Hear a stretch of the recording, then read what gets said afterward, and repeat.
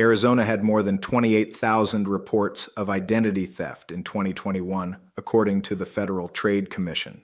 The state of Arizona takes cases of identity theft very seriously, and if convicted, an offender could face harsh penalties.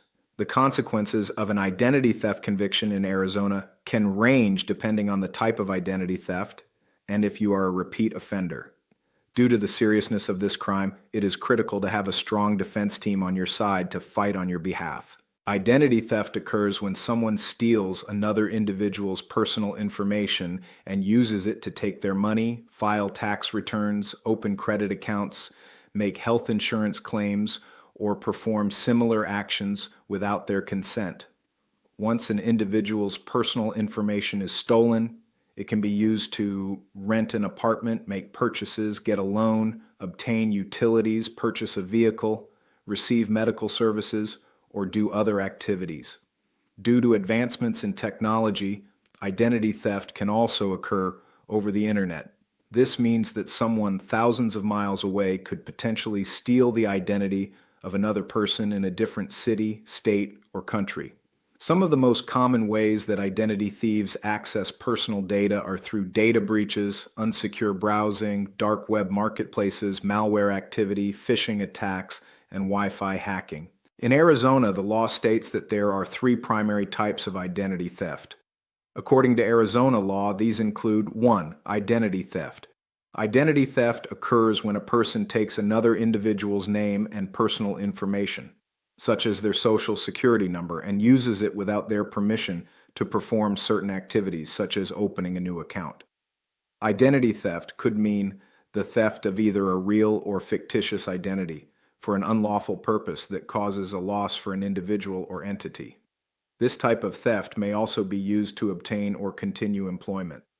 2. Aggravated identity theft. Aggravated identity theft occurs when a person knowingly transfers, uses, or possesses without permission the identification of another person, and then uses this identification to perform an act in relation to a felony violation.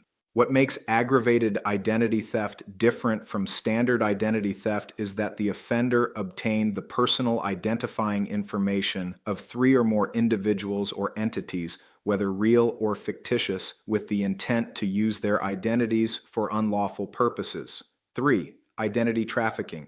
Identity trafficking occurs when a person commits trafficking in the personal identity of another individual or entity. An offender may sell, transfer, or transmit any personal identifying information or the identifying information of an entity, whether a real fictitious person or entity. The punishment for identity theft is based on several factors, such as the type performed and the number of victims. Depending on the severity of the case and the harm it caused to its victims, the judge also has some discretion to decrease or increase the penalty. However, a prosecutor may suggest lowering the sentence if the defendant is cooperative or pleads guilty. Penalties for identity theft are based on the class of charges that the person was convicted of, which range from felony class 4 to felony class 2 identity theft. A charge of identity theft is a class 4 felony and comes with a minimum jail time of 1.5 years and a maximum jail time of 3 years. If convicted, you could also face a fine of up to $150,000. Aggravated identity theft. A charge of aggravated identity theft is a Class 3 felony and comes with a minimum jail time of 2.5 years and a maximum jail time of 7 years.